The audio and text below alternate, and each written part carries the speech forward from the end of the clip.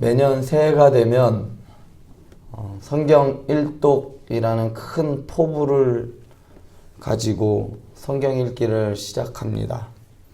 마음은 성경 일독이지만 실상은 창세기 일독에 머무는 경우가 많습니다. 창세기부터 읽기 시작하면 첫 번째 고비가 찾아오는데 출애굽기 20장부터 시작되는 율법 구간을 읽을 때입니다. 많은 분들이 이 부분을 넘지 못하고 좌절하고 맙니다. 저도 그 부분에서 무너진 적이 꽤 많습니다. 출애굽기 20장의 십계명을 겨우 읽고 나면 바로 폭행으로 인한 상해나 피해를 받을 경우에 대한 법들이 나오기 시작합니다. 율법에 관해서 읽다 보면 계속해서 아까 봤던 법이 또 나오고 계속 읽은 걸 또 읽는 것 같은 느낌을 받습니다. 그래서 성경을 읽기, 율법에 관한 부분을 읽기가 상당히 어렵게 만듭니다. 그 중에서도 그나마 조금 지루하지 않게 읽을 수 있는 부분이 바로 폭행에 관한 율법입니다. 사람을 쳐 죽인 자는 반드시 쳐 죽일 것이고 자기 아버지나 어머니를 치는 자는 반드시 죽일 것이니라 등등 사람과 사람 관계에서 폭행이 일어났을 때에 어떻게 보상해야 하고 처리해야 하는지 설명이 나오다가 결론적으로 출애굽기 21장 23절에서 그러나 다른 애가 있으면 갚되 생명은 생명으로 눈은 눈으로 이는 이로 손은 손으로 발은 발로 된 것은 된 것으로 상하게 한 것은 상함으로 때린 것은 때림으로 갚을지니라. 이 법을 동해보복법이라고 하기도 하고 눈에는 눈, 이에는 이라는 말로 말하기도 합니다. 사실 이 법은 이때 당시 고대 근동 주변국들에 많이 존재했던 법입니다. 많은 분들이 알고 있는 바벨론의 함무라비 법전 196에서 197항에도 동해보복법이 나타납니다. 그래서 어떤 학자들은 성경의 율법이 다른 나라의 법을 차용했다라고 말하기도 합니다. 어느 법이 더 먼저인가 라는 것은 그러한 논의는 제껴두고요. 율법에서 뿐만 아니라 고대 근동에서 동해보복법으로 명시한 이 법을 명시해 놓은 이유가 무엇일까요? 한 대 맞으면 반드시 한 대 돌려주어라 이런 의미에서일까요? 사실 이 법을 만든 이유는 피해자가 자신의 입은 피해와 동일한 형태로만 보복을 할 수 있게 만든 겁니다.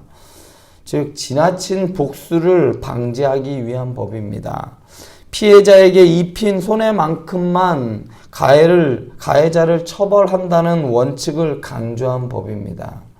특별히 율법에서는 미리 사전에 계획하여 의도적으로 상대에게 해를 끼친 경우에 한해서만 이 법을 적용합니다. 그러나 자기도 알지 못한 상황에서 부지부식간에 이루어진 일에 대해서는 예외를 두었습니다.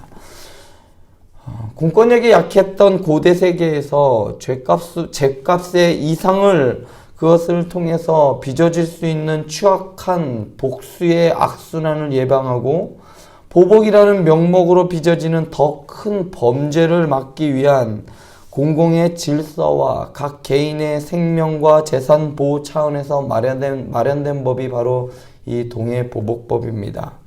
예를 들면 상대방의 공격으로 한쪽 눈을 잃은 사람이 상대방에게 네가 나를 쳤어? 이러면서 쳐서 죽이면 안 된다는 말입니다. 여기서 더 나아가 레위기 24장 17절에서 23절에서는 단순히 신체상의 보상을 넘어 재산상의 손실이나 정신적인 피해까지도 확대 적용하여 이스라엘 사회의 형사, 민사, 법의 근간이 되었던 법이 바로 이 동해보복법입니다. 이런 의미에서 볼 때 동해보복법은 보복법이라고 불리지만 복수를 최소화하고 이웃에게 관용을 베풀기 위한 아주 소극적인 차원에서 이웃사랑의 정신을 담고 있다고 볼 수 있습니다. 하지만 이 법은 적용 과정에서 인간의 악한 심성으로 인해 오히려 복수의 정당성을 부여하고 말았어요. 법은 좋은데 그것을 적용하는 사람이 악했던 거지요. 또한 사사로운 감정으로 악순환의 빌미를 제공하여서 매몰찬 인간관계를 이루게 하는 악습을 만들기도 했습니다. 그래서 예수님께서는 산상수훈에서 너희 원수를 사랑하며 너희를 박해하는 자를 위하여 기도하라 라고 말씀하심으로써 적극적으로 원수 사랑의 법을 가르쳐 주신 겁니다. 이런 차원에서 예수님께서는 율법을 폐하러 오신 것이 아니라 완성하러 오신 것입니다. 오늘 살펴볼 말씀은 어제 살펴본 이스라엘과 베냐민 지파 간의 세 번째 전쟁을 어제는 신학적 관점에서 보았다면 오늘은 여호와의 전쟁이 오늘 말씀은 3차 전쟁이 아주 역사적인 관점에서 아주 자세하게 다시 한번 기술되고 있는 것을 볼 수 있습니다. 어제 살펴본 말씀과 거의 비슷하지요. 그렇지만 좀 더 자세하게 기술되어 있습니다. 매복으로 베냐민 군대를 격파하고 기브아 성을 점령한 이스라엘 복병들은 칼날로 온 성읍을 쳤습니다. 그리고 큰 연기로 성을 점령했음을 이스라엘 군대에게 신호로 알렸습니다. 자신의 성에서 연기가 치솟아 오르는 것을 본 베냐민 군사들은 전의를 상실하고 맙니다. 결국 베냐민 군사들은 자신들이 매복에 걸려서 제대로 싸움을 한번 하지도 못하고 패퇴하고 맙니다. 이때 전의를 상실하여 광야로 도망을 가는 군사들을 끝까지 추격하여 이스라엘 사람들이 죽이고 맙니다. 진멸을 하죠. 뿐만 아니라 기브아 성에서 도망쳐 나온 사람들까지 추격하여 18,000명을 짓밟았습니다. 그 중에 살아남은 자들이 광야로 도망치자 림몬 바위 근처까지 추격하여 5,000명을 이삭 줍듯 죽였습니다. 거기서도 살아남아 기돔으로 도망친 사람들을 추격하여 2,000명을 더 죽였습니다. 이렇게 3차 전쟁이 벌어진 날 베냐민 지파 군사들은 25,000명이 죽었고 베냐민 사람 겨우 600명만 살아남아서 림몬 바위 근처에서 숨어서 넉 달을 보냈다라고 오늘 말씀은 말합니다. 그런데 여기서 끝나지 않습니다. 베냐민 사람들을 찾아다니며 학살하던 이스라엘 사람들은 다시 성읍으로 돌아가서 온 성읍과 가축과 만나는 모든 자를 칼날로 치고 닥치는 대로 불살랐습니다. 오늘 말씀을 이러한 이야기 전개에 맞춰서 하나하나 읽어가면서 상상을 해봤다면 이스라엘이 베냐민 지파에 대하여 얼마나 잔인하게 지나치리만큼 잔인했다라는 것을 알 수 있습니다. 남녀노소는 불문하고 가축까지도 학살하였습니다. 이것은 애초부터 이스라엘 사람들이 정의를 세우는 데는 전혀 관심이 없었음을 알 수 있습니다.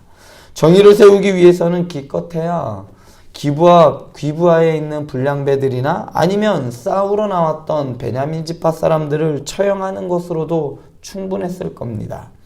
그러나 이스라엘 사람들은 한 눈을 잃은 것에 대하여 한 눈이 아니라 두 눈을, 목숨을 요구하고 있는 것과 같은 겁니다. 칼날로 치고 성읍을 불사르는 것은 적진을 진멸하는 행위로 여호수아가 여리고성을 점령했을 때 그랬고 사무엘상 15장에 보면 사울이 아말렉을 쳤을 때에도 하나님의 심판으로서 그 진멸을 하였습니다. 그렇기 때문에 성경에서 진멸하였다라는 이러한 말이 나올 때는 이스라엘의 대적을 물리칠 때 하나님께서 하신 심판의 명령이었습니다. 그러나 오늘 말씀에서 이스라엘이 한 이 진멸하는 행동들은 동족을 향한 행동이었습니다. 비록 이 전쟁이 기브아 성읍의 불량배들과 그들을 감싼 베냐민의 행동에 대한 하나님의 심판인 것은 틀림이 없지만 만나는 자를 칼날로 치고 닥치는 대로 성읍을 모두 다 불살은 이러한 이스라엘의 행위는 비록 심판의 도구로 사용되었다 할지라도 너무 과하단 말씀입니다. 동해보복법을 통해 과한 복수를 금하셨음에도 불구하고 이스라엘은 자신들의 원한이 기분이 풀릴 때까지 복수를 하였습니다. 과연 이러한 복수가 언제 끝날까요? 이스라엘 사람들이 복수를 하였지만 이제 기브아 사람들, 베냐민 지파 사람들 600명이 남은 그 사람들은 원한에 있지 않을까요? 그 사람들은 호시탐탐 복수할 때를 기다리지 않을까요? 어떻게 원한을, 복수를 끊을 수 있을까요? 원한을 피할 수 있는 유일한 방법은 용서밖에 없습니다. 그 외에 어떤 것으로도 분노로 인한 적개심과 원한을 뿌리 뽑을 수 없어요. 어떻게 하면 용서할 수 있을까요? 첫째로 용서가 무엇인지 깨달아야 용서를 할 수가 있습니다. 용서하는 마음이 들지 않더라도 용서해 줘야 합니다. 예수님께서는 누가복음 17장 3에서 4절에 보면 너희는 스스로 조심하라. 만일 네 형제가 죄를 범하거든 경고하고 회개하거든 용서하라. 만일 하루에 7번이라도 내게 죄를 짓고 7번 내게 돌아와 내가 회개하노라 하거든 너는 용서하라 라고 하셨습니다. 용서는 선택이 아니라 예수님께서 하신 명령입니다. 용서를 하도록 노력해야 되고 치열하게 싸워야 하는 겁니다. 난 저 사람을 절대로 용서할 수 없어 라고 하는 것이 아니라 마음으로 절대로 용서할 수 없다 할지라도 그래도 용서하기 위하여 노력하는 것이 용서입니다. 그래서 용서는 약속입니다. 사람의 잘못을, 그 사람의 약속을 들추지 않겠다는 약속, 다른 사람에게 그 사람의 잘못을, 허물을 말하지 않겠다는 약속, 나의 생각 속에서 그 사람의 잘못을 다시는 떠올리지 않겠다는 약속입니다. 그리고 내가 받은 상처를 품고 있다가 그 사람에 대한 적개심을 더 이상 키우지 않겠다는 약속입니다. 생각이 떠오르는 것을 막을 수는 없겠지요. 그런 분노의 감정을 즐기고 탐닉하지 말아야 하는 겁니다. 사람들은 은근히 그 안에 내가 피해받고 나에게 그 상처 준 그것들을 은근히 곱씹으면서 그 악감정을 즐기는 경향이 있습니다. 그것을 하지 않겠다는 약속입니다. 두 번째로 용서를 하려면 용서가 어떻게 가능한지 깨달아야 합니다. 용서는 오로지 예수 그리스도를 통한 하나님의 엄청나고 값진 용서의 실상을 보고 느낄 때 가능한 겁니다. 마태복음 18장 21절에서 35절을 보면 한 달란트를 빚진 자가 주인에 의하여 탕감을 받고 그 집에서 나오는 길에 자신에게 한 달란트의 60분의 1 정도인 100데나리온 빚진 자를 용서할 수 없던 것은 그 사람이 내가 받은 그 은혜가 얼마나 큰 빚을 자신이 탕감받았는지 그 은혜를 잊었기 때문입니다. 우리가 하나님께 얼마나 빚졌는지 아는 것만이 다른 사람이 우리에게 진 빚을 바른 관점에서 보게 만드는 겁니다. 그렇기 때문에 마음으로 그리스도께서 하신 용서를 품고 남을 용서하려는 의를 가지고서 연습을 한다면 서서히 용서의 마음을 하나님께서 주시는 겁니다. 눈에는 눈, 이에는 이. 율법대로 정한 대로 주고받기에는 너무나도 억울하기 때문에 너무나도 억울할 때가 있어요. 그것을 계속해서 꼭 가슴에 담고 있을 때가 있습니다. 우리는 나에게 손해를 입힌 사람에게 딱 그만큼만 받아서는 내가 왠지 미치는 것 같단 말입니다. 먼저 한 대 쳤으면 두 대를 돌려줘야 되죠. 되로 받고 되로 주고 말로 받아야 직성이 풀리는 우리는 어쩔 수 없는 죄인들입니다. 그러나 70번씩 7번이라도 용서할 수 있게 하는 힘은 예수 그리스도께서 주신 엄청난 사랑을 깨달을 때 가능한 겁니다.